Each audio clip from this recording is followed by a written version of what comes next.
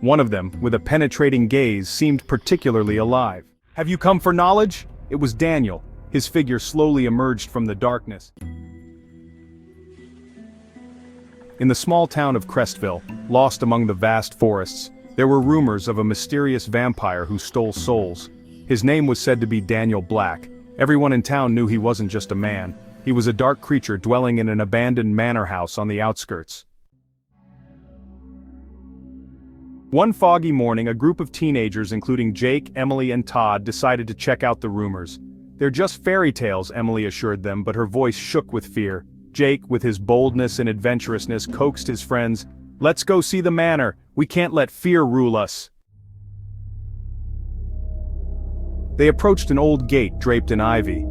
The manor looked abandoned, its windows boarded up and its doors creaking in the wind. "This place gives me creepy feelings," Todd whispered. But Jake pushed open the door, ignoring his words. Complete darkness reigned inside.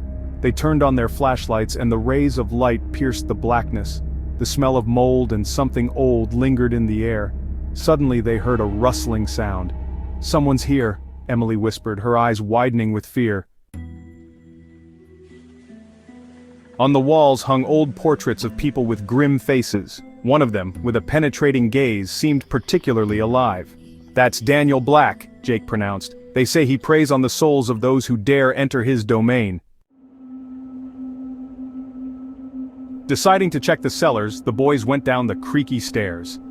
There was an oppressive silence below, and the air was as cold as ice. Suddenly, they saw a huge door ajar. "Let's see what's in there," Jake said, and they entered. The room was filled with strange objects, ancient books, candles, and mirrors that warped reflections. In the center stood an altar on which lay a black stone that emitted an ominous light. "That looks dangerous," Todd said, stepping back, but Jake was too engrossed to stop. Suddenly they heard a hoarse voice. "Have you come for knowledge?" It was Daniel. His figure slowly emerged from the darkness, his eyes glowing like embers. "You dared to disturb my peace, now you will pay the price." The teenagers' hearts beat faster. "We didn't mean to disturb you," Emily shouted, but Daniel only grinned. "You don't realize that souls are my power. I take them forever." Before they could figure out how to get out, Daniel stood in front of them, his arms outstretched, and darkness engulfed the room. Jake, Emily, and Todd felt their souls leave their bodies, their screams drowned out by the darkness.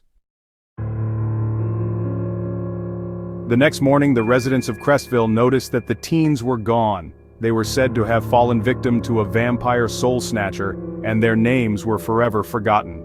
Daniel Black's manor still stood on the edge of the forest, waiting for new daredevils eager to learn its gruesome secrets.